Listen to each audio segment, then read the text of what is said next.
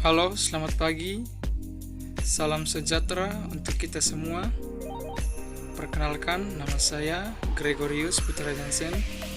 Saya adalah mahasiswa dari Fakultas Pertanian Universitas Nusa Cendana Kupang, Prodi Agroteknologi. Pada video kali ini, saya akan menjelaskan sedikit tentang budaya lahan pertanian yang ada di desa saya, yaitu di Lodok. Budaya pertanian Lodok. Menurut orang Manggarai, untuk menopang hidup, mereka membutuhkan 5 hal pokok. Yang pertama, membaru bate kaeng, yaitu rumah tempat kediaman. Yang kedua, uma bate duat, yaitu kebun atau lingko. Lingko tempat berkebun, sumber nafkah. Yang ketiga, wae bate teku, yaitu mata air untuk minum, mandi, cuci, dan lain-lain. Yang keempat, natas bate labar, yaitu halaman besar kolektif di tengah kampung, tempat bermain dan menyelenggarakan ritus-ritus besar seperti caci, saekaba, dan lain-lain. Yang kelima, compang bate, yaitu altar atau mesbah yang telah ditetapkan oleh suku sebagai pusat kekuatan roh kampung yang menjaga, memberikan, mengatur sumber-sumber kehidupan suku. Dalam bahasa Manggarai disebut sebagai nagabeo atau golo. Lingko dan lodok. Berbicara tentang lingko ataupun lodok berarti berbicara tentang hal kedua di atas, yaitu uma bate duat. Orang Manggarai berkebun di tempat yang mereka sebut lingko. Lingko dapat berupa kebun yang sedang dikerjakan orang, tetapi juga dapat berupa belukar atau hutan biasa yang belum atau sudah pernah dijadikan kebun. Yang membuat lingko menjadi kebun adalah teno. Teno adalah roh pelindung kebun yang dipercayai memberi kesuburan serta perlindungan pada tanaman di dalamnya. Sesungguhnya teno itu adalah nama sejenis pohon yang dalam istilah Latin disebut Melosia arborea atau Melosia f umbellata. Pohon ini dapat hidup dengan baik di tanah yang kurang subur. Untuk menjadikan lingko sebagai kebun melalui tahap-tahap berikut. Yang pertama itu tahap persiapan. Para tetua suku berunding di rumah gendang untuk menentukan hal-hal seperti menetapkan lingko mana yang akan dibagi, menetapkan jumlah anggota suku yang akan mendapat bagian lahan, menyiapkan perlengkapan kerja, bahan-bahan kebutuhan ritus. Sekembalinya dari pertemuan ini, tua-tua kilo dan tua panga berkumpul ke dalam untuk menentukan siapa-siapa anggota keluarga mereka yang bakal mendapat pembagian, dan mungkin ada juga orang luar yang ingin mendapatkan bagian seperti yang pertama itu warga lain suku yang sudah tinggal menetap dengan suku pemilik lingko, disebut sebagai atalong. Yang kedua itu warga lain suku yang secara khusus datang untuk meminta agar mendapat bagian tanah, disebut sebagai atakapu manuklele tuak. Dan yang ketiga itu keturunan anak perempuan yang menetap dalam suku atau tidak menetap pada suku suami. Nama-nama mereka ini harus masuk melalui kilo atau panga di dalam suku. Dalam pertemuan persiapan berikut, agendanya adalah memasukkan nama-nama dari setiap kilo atau panga yang bakal menerima lahan, menentukan hari-hari membersihkan lingko, menentukan titik pusat lingko, menentukan hari pembagian, dan agenda yang paling penting yakni menentukan tua teno. Tuateno adalah orang yang berwenang membagi lahan dan menyelenggarakan ritus pembagian lingko.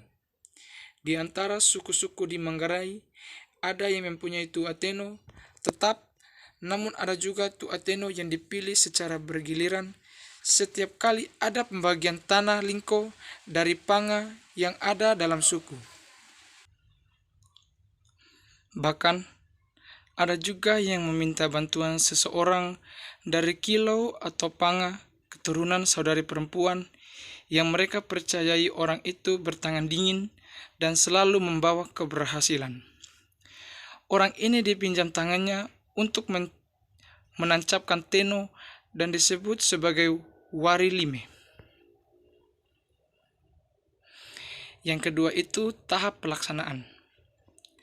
Pada hari pembagian, kegiatan diawali dengan ritus Wuat Vai di rumah gendang.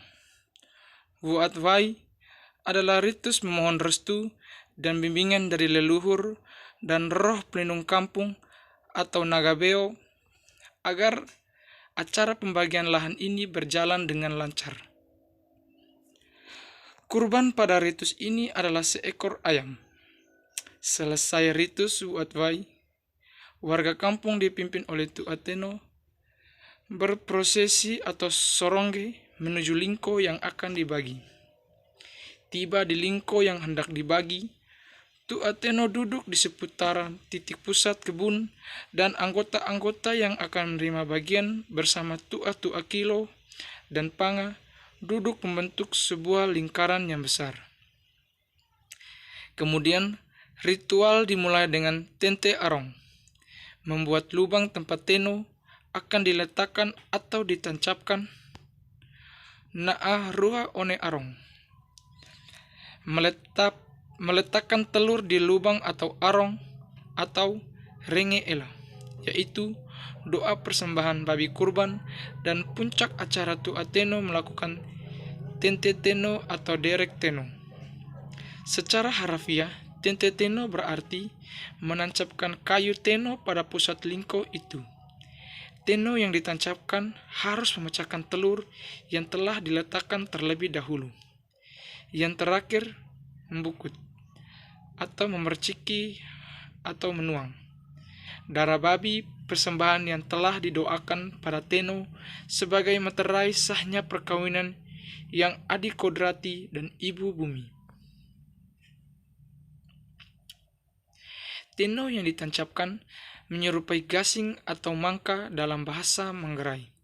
Mangka atau gasing merupakan lambang dunia atas adrikodati dan tanah merupakan lambang ibu atau feminim. Penancapan teno atau lingga ke dalam tanah melambangkan perkawinan sakral antara bapa dunia adrikodati dengan ibu bumi. Mau eta Endenwa. Perkawinan ini dilandasi keyakinan tradisional bahwa tanah bersifat feminim atau ibu yang membuat benih yang bersifat maskulin dapat bertumbuh dan melahirkan hidup baru.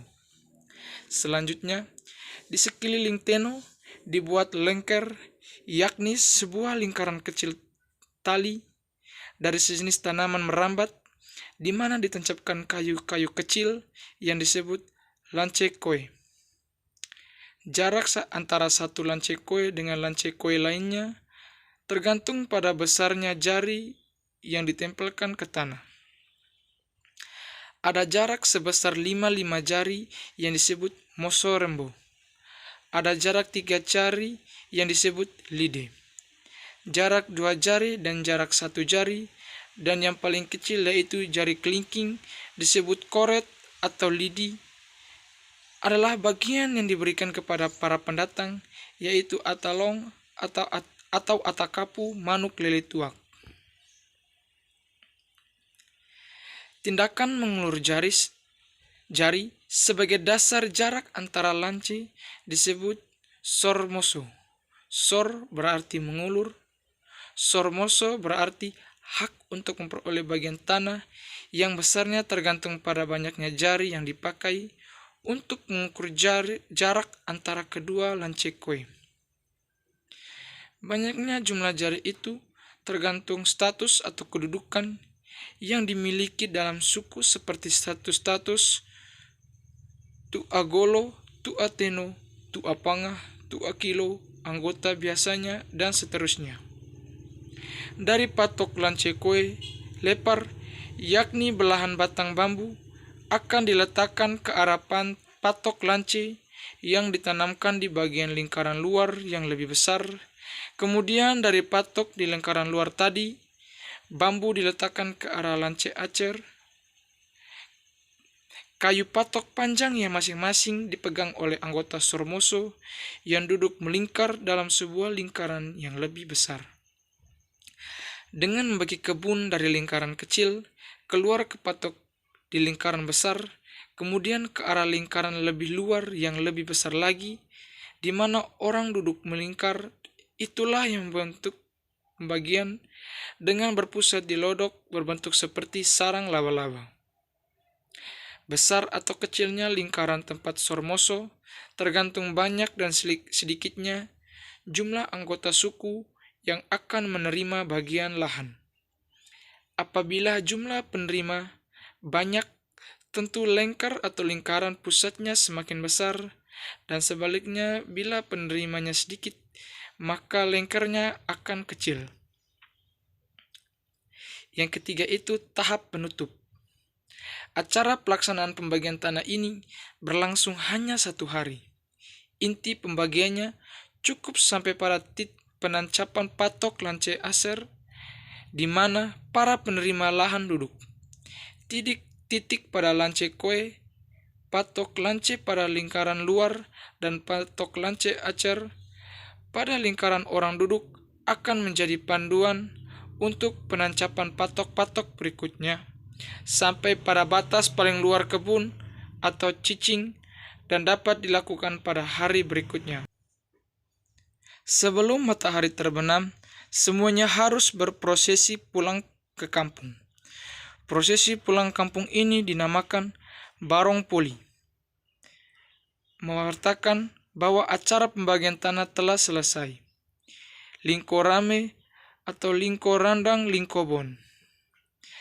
Setiap suku atau wau di Manggarai sering memiliki lebih dari 1 lingko lodok. Di antara sekian banyak kebun lodok suku itu, 1 kebun lodok merupakan lodok utama suku yang digelar sebagai lingko randang atau lingko rame. Randang berarti pesta besar dan lingko rame berarti lingko milik semua panga yang ada dalam suku. Maksudnya, semua panga dalam suku harus mendapat bagian di lingko randang. Di lingko randang ini ritus-ritus pertanian suku diselenggarakan seperti ritus-ritus kalok, wojawole, barong lodok, dan lain-lain. Oleh karena itu, agar biasanya letak lingko randang selalu dekat atau di sekitar kampung, agar mudah terjangkau apabila ada penyelenggaraan ritus. Hewan persembahan pada ritus pengukuhan suatu lingko sebagai lingko randang adalah seekor kerbau. Kerbau merupakan hewan kurban yang paling tinggi dalam ritus-ritus adat Manggarai.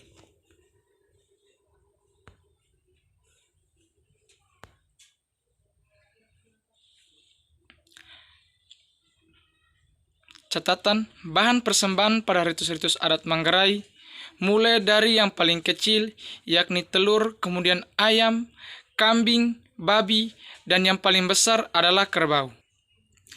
Pelaksanaan ritus randang diselenggarakan di lingko baru, dan pada saat kebun baru itu sudah siap untuk ditanami.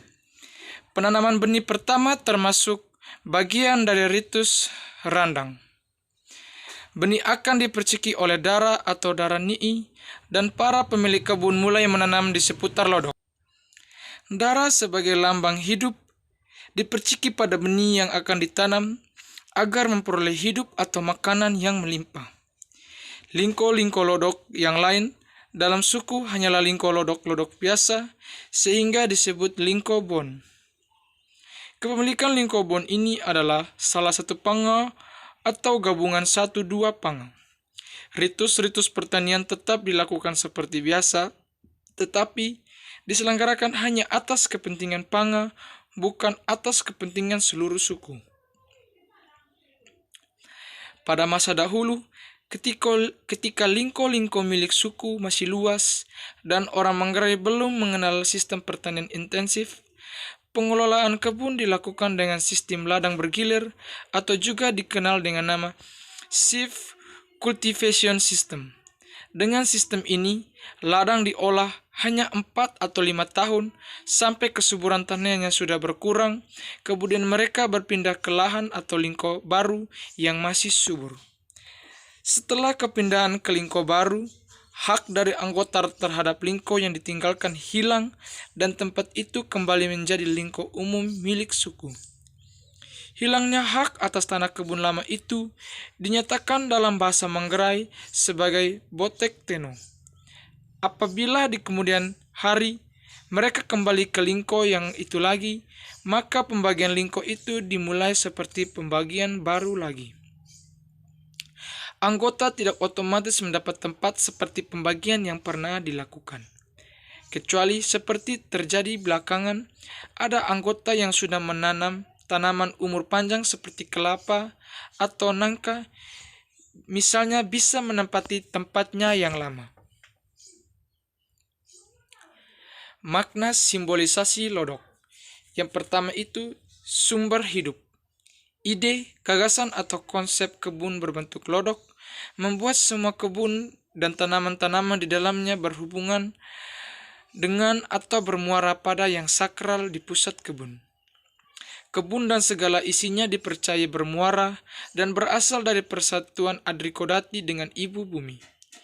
Lingko lodok itu berbentuk bulat adalah simbol feminim atau ibu bumi.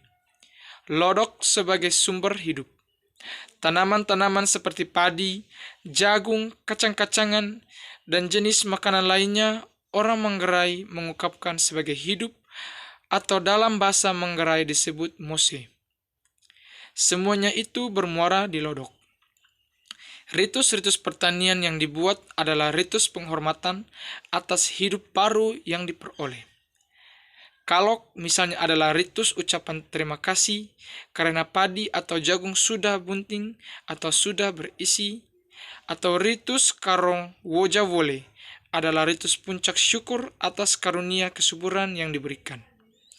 Pada ritus ini, wanita-wanita bermahkotakan padi yang bernas berarak dari kebun menuju kampung.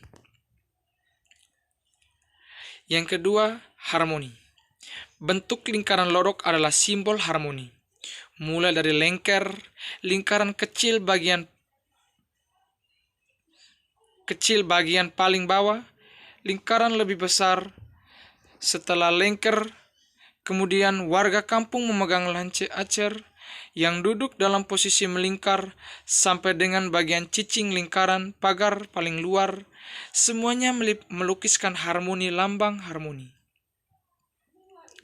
Dalam kesehariannya, kita sering menemukan ungkapan-ungkapan peringatan agar warga Beo senantiasa menjaga harmoni seperti nuke, neka pande behas kena, neka koes kota, atau ingatlah jangan merusak pagar. Satu peringatan bahwa setiap anggota harus berperilaku dan bersikap sesuai dengan norma-norma yang ditaati bersama. Setiap anggota suku harus memagari diri dengan baik terhadap pengaruh negatif dari luar demi menjaga agar lingkaran harmoni jangan terputus dan merusak harmoni kehidupan secara keseluruhan. Ungkapan ini secara harafiah memberi peringatan bahwa dalam mengolah tanah yang diterima melalui sormoso ini, setiap anggota yang menerima tanah wajib mengerjakan bagiannya, sebab bila bagiannya tidak dikerjakan, hama, binatang perusak tanaman akan tinggal pada bagian yang tidak dikerjakan dan akan merusak seluruh tanaman milik anggota yang lain. Demikian pula dengan pagar kebun. Pagar kebun hanya dibuat di bagian paling luar kebun yang disebut cicing. Sedangkan batas antar lahan atau langang tidak perlu dibuat pagar. Pagar pada bagian cicing itu tidaklah terlalu panjang, namun harus dibuat sekuat mungkin, sebab bila pagar tidak kuat dan bolong, binatang perusak tanaman akan masuk melalui pagar milik satu orang itu dan merusak tanaman anggota yang lainnya. Dengan aturan seperti ini pula, seorang mengerjakan bagiannya bukan melulu untuk kepentingan dirinya sendiri, tetapi juga kepentingan anggota-anggota lain secara keseluruhan. Bisa juga terjadi bahwa satu bagian pagar harus dikerjakan bersama. Kasus seperti ini ada pada suku yang memiliki lingko-lingko yang besar dan jumlahnya banyak. Sehingga pada waktu pembagian tanah, orang yang dapat menghindari tanah yang tidak subur atau topografinya jelek dan bagian itu menjadi tanah tak bertuan. Tanah jelek dan tanah tidak subur ini disebut tanah waung, atau ada juga yang menyebutnya sebagai tanah tengker. Pada tanah tidak bertuan ini, membersihkan dan membuat pagarnya dilakukan secara bersama-sama. Tidak kerja kebun, kerja tidak beres dan lalai dipandang sebagai sesuatu yang merusak harmoni. Sering terjadi ada yang coba-coba meluluskan diri melalui celah atau lubang aturan yang ada. Mereka diingatkan, nekamanga belos onelewo agupau dungaung. Sanksi atau denda diberikan atas pelanggaran bagi yang lalai, atau sengaja tidak membuat pagar yang kokoh, tidak mengerjakan kebun, biasanya diterima secara ikhlas karena secara naluri mereka menyadari kesalahan-kesalahan itu. Seseorang selalu melihat dirinya dalam hubungan kebersamaan dengan orang lain atau individu. Mereka berfungsi sejauh ia berada dalam kebersamaan dengan orang lain. Nika pandai leru-lewo, janganlah kita membuat lubang bagi diri sendiri. Tenu yang dicencapkan pada yang dalam bahasa Manggarai disebut juga sebagai landuk, merupakan pengakuan hak atas tanah secara adat. Sebelum masa itu, orang Manggarai hanya berladang alias lahan kering. Sawah yang diperkenalkan sang raja pada saat itu tentu saja merupakan hal baru, sesuatu yang modern dalam cara pengelolaan tanah. Namun Raja baru tetap mempertahankan filosofi hidup orang Manggarai dalam berkebun, yakni alam pemikiran masyarakat agraris mengenai manusia, dunia atau alam, dan realitas kodrati. Filosofi hidup seperti inilah yang terungkap pada pengelolaan kebu dengan model lodok. Terima kasih, mungkin ini saja penjelasan sedikit tentang budaya pertanian lodok yang ada di kampung saya.